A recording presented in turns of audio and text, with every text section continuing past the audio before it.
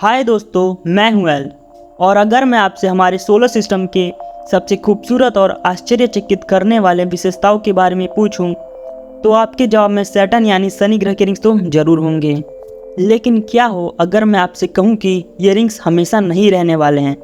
जी हाँ, सैटर्न के rings permanent नहीं हैं और कुछ समय बाद ये सैटर्न का साथ छोड़ देंगे। ऐसा क्या होगा कि शनि ग्रह को अपने रिंग्स को छोड़ना पड़ेगा, जानने के लिए वीडियो शुरू करते हैं।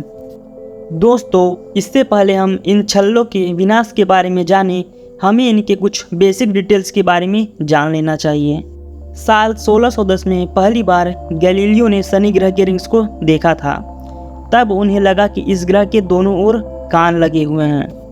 पर साल 1655 में एक डच एस्ट्रोनॉमर क्रिस्टियन ह्यूगन्स ने यह बताया कि सैटर्न के कान नहीं बल्कि रिंग्स हैं। और आज 2023 में हमें पता है कि सैटर्न के 7 रिंग्स हैं, जिनमें से 3 मेन रिंग्स हैं जिनका नाम दिया गया है ABC, और बाकी 4 रिंग्स जो दिखने में काफ़ी पतली हल्की और जिनकी खोज हाल ही में हुई है, उन्हें नाम दिया गया है D, E, F और G। वॉयेजर स्पेसक्राफ्ट के क्लोजअप व्यू ने यह भी बताया कि ये 7 रिंग्स भी कई हजारों स्मॉलर रिंग से मिलकर बनी हैं, जिन्हें रिंगलेट कहते हैं, और इनका एग्जैक्ट नंबर अननोन है। सबसे करीब वाली रिंग को D नाम दिया गया है, जबकि सबसे दूर वाले रिंग का नाम E है। पर ये रिंग्स किस चीज़ से बनी हैं? दरअसल ये रिंग्स आइस, डस्ट और रॉक्स के पार्टिकल से बनी हुई हैं, जिनका साइज़ रेत के दानों से जितना छोटा तो घर जितना बड़ा भी है। और इनका रफ वेट वैज्ञानिकों ने 15 बिलियन केजीज बताया है, यानी कि ये रिंग्स हमारे चंदा मामा से सिर्फ 4700 गुना हल्की हैं। इन रिंग्स का डायमीटर 2,82,000 किलोमीटर बताया गया है, लेकिन इनकी एवरेज चौड़ाई सिर्फ 9 मीटर है। हालांकि सैटर्न की ग्रेविटी की वजह से इनकी अधिकतम चौड़ाई 3 किलोमीटर तक पहुंच जाती है। लेकिन एक सवाल अभी भी बना है कि शनि ग्रह के पास ये खूबसूरत रिंग्स आई कहाँ से। कई वैज्ञानिकों के इस सवाल के अलग अलग जवाब हैं, तो आइए जानते हैं कि सैटर्न को ये रिंग्स कहाँ से मिली। पहली थ्योरी के अनुसार एस्ट्रोनॉमर्स का मानना है कि ये रिंग्स खुद सैटर्न से बनी हैं। पर ऐसा कैसे हो सकता है? तो वैज्ञानिकों का कहना है कि आज से 450 करोड़ साल पहले जब हमारे सोलर सिस्टम और सैटर्न का फॉर्मेशन हो रहा था, तब सैटर्न अपने आसपास सभी डस्ट मटेरियल्स, गैस और रॉक्स को अट्रैक्ट नहीं कर पाया था। लेकिन ये डस्ट पार्टिकल सैटर्न की ग्रेविटी को एस्केप नहीं कर सके और हमेशा के लिए यहीं ट्रैप हो गए, और हमें ये खूबसूरत रिंग्स मिली। अब फ्रेंड्स, 1980 तक एस्ट्रोनॉमर्स इसी थ्योरी को सच मान रहे थे कि सैटर्न के रिंग्स करीब 4.6 अरब साल पुरानी हैं और सोलर सिस्टम की शुरुआत से बनी हुई हैं। पर जब वॉयेजर 1 सैटर्न के करीब से गुजरा, तब उसने कई चौंका देने वाले खुलासे किए। वॉयेजर स्पेसक्राफ्ट की वजह से हमें इन रिंग्स को करीबी से देखने का मौका मिला, और वैज्ञानिकों को पता चला कि इन रिंग्स का मास वैज्ञानिकों के अनुमान से काफ़ी कम था।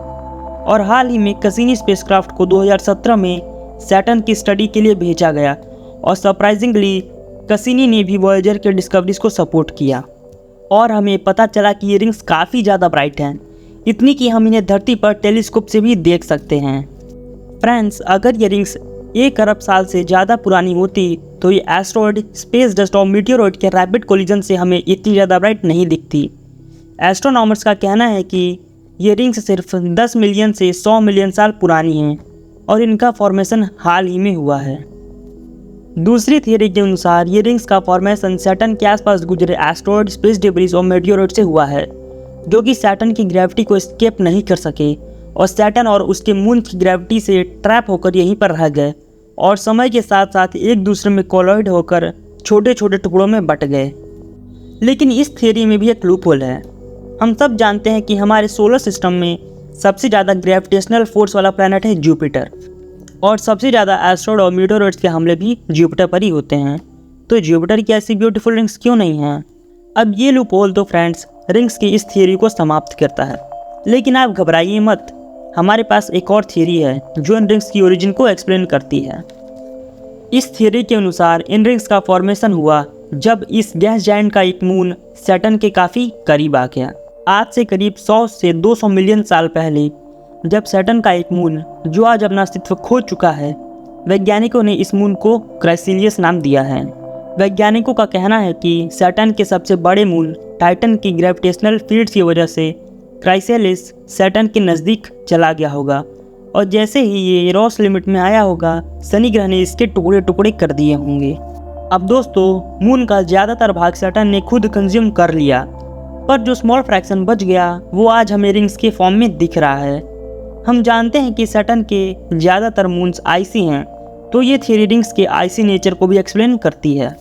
हालांकि मुझे आपको यह बताते हुए बहुत दुख हो रहा है कि सैटर्न की एक खूबसूरत रिंग्स हमेशा के लिए नहीं रहने वाली हैं और कुछ समय में ये डिसअपीयर हो जाएंगी।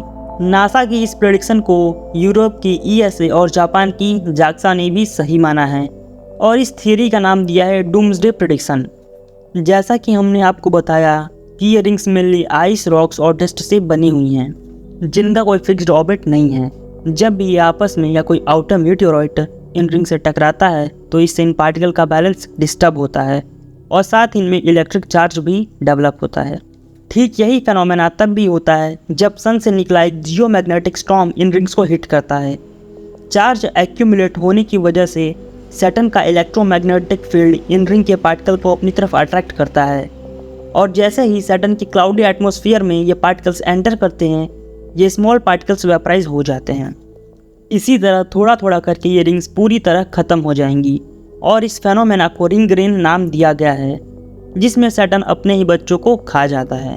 कैसिनी स्पेसक्राफ्ट ने हमें यह भी बताया कि लगभग हर सेकंड 400 से 2800 किलोग्राम आइसी पार्टिकल्स की बारिश सैटर्न पर हो रही है और इस गति से 300 मिलियन साल में रिंग्स पूरी तरह से डिसपियर हो जाएंगी और इसकी कोर रिंग्स लगभग 100 मिलियन साल में ख़त्म हो जाएंगी। यानी कि आने वाली जनरेशन इन खूबसूरत नज़ारों का लुत्फ़ नहीं उठा पाएंगी और उन्हें ये रिंग्स सिर्फ किताबों में ही देखने को मिलेंगी। इस बारे में आपकी क्या राय है, आप हमें कमेंट करके बता सकते हैं। और अगर आपको वीडियो से कुछ नया सीखने को मिला हो तो वीडियो को लाइक करने के साथ साथ आप हमारे चैनल को सब्सक्राइब भी कर सकते हैं।